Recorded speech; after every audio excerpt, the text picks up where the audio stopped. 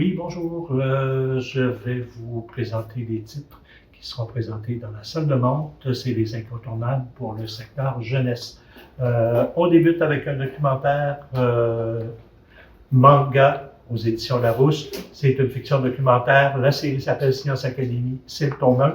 Acide, vous avez dit acide. On est dans du deuxième cycle de primaire. Hyper rigolo. Donc, manga coréen, ça se lit dans le sens occidental. Fiction, parce que bon, c'est un peu le classique. On est vraiment dans un shonen hyper classique avec le jeune garçon qui est un peu étourdi, mais qui est hyper débrouillard, qui est un génie de la science sans le savoir. Donc, petit triangle amoureux. Et on a des encarts documentaires et des expériences. Donc, le premier tome est vraiment sur la différence entre des solutions acides et des solutions basiques. C'est vraiment tout à fait charmant. Un autre documentaire, là, on est plus dans le, je vous dirais même à partir de la deuxième année, fin premier cycle, deuxième cycle, le football, un tournoi pour tout gagner dans les Dunbady aux éditions Milan.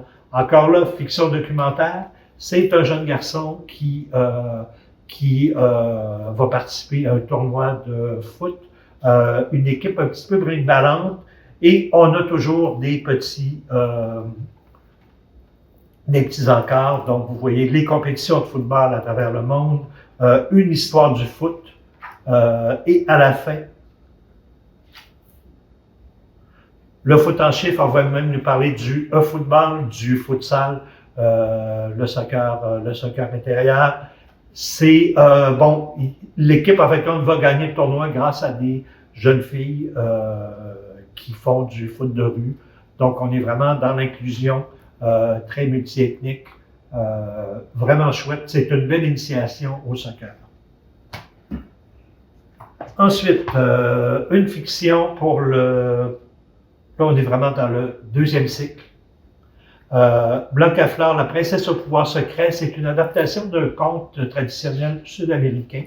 Une transposition contemporaine, donc ils ont des tablettes, ils ont des téléphones intelligents. C'est un ogre qui a invité un prince, en fin de compte, et ça fait longtemps qu'il n'a pas dévoré du prince. Il y a 3 filles, Blancafleur qui est l'aînée, très très douée en magie, qui aimerait beaucoup épouser un prince, va rencontrer ce prince-là, va le sauver, et le père, en fin de compte, va lui donner 3 défis impossibles à réaliser, et Blancafleur va toujours lui sauver la mise. Donc, elle devra fuir le courroux de ses parents avec le jeune prince. C'est vraiment chouette, et à la fin, on a vraiment une petite discussion entre les auteurs sur, justement, comment, en fait, réadapter des contes traditionnels.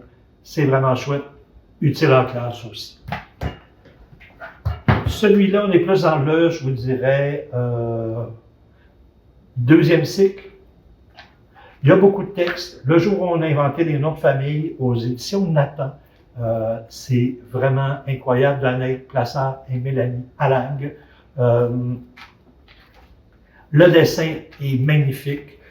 On est vraiment dans une époque, bon, début du Moyen-Âge, les gens n'ont pas de nom, et il y a un jeune chat, en fait, qui va se mettre à donner des noms aux gens.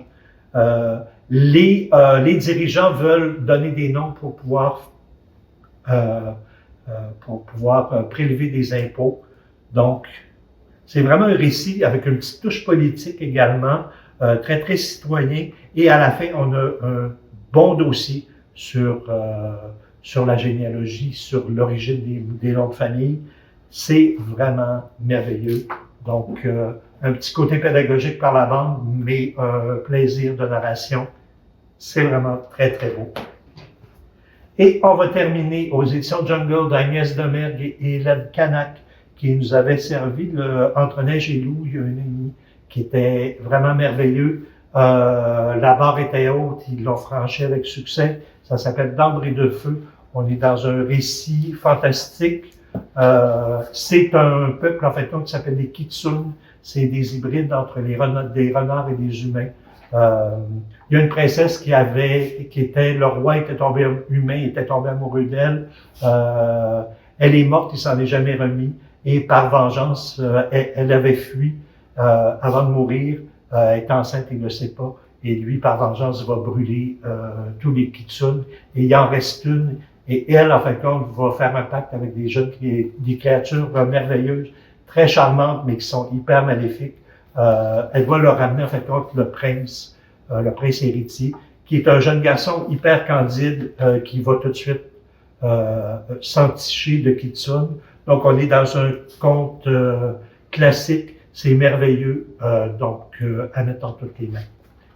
Et c'était tout pour ce mois-ci. Je dois vous annoncer que c'était ma dernière présentation. Je quitte à Rimouski, je vais passer à vous. Ça a été un plaisir de vous présenter des livres. Continuez à lire de la BD, c'est toujours intéressant. Et il y a mes collègues là, qui seront toujours là pour vous aider. Donc, merci et au revoir.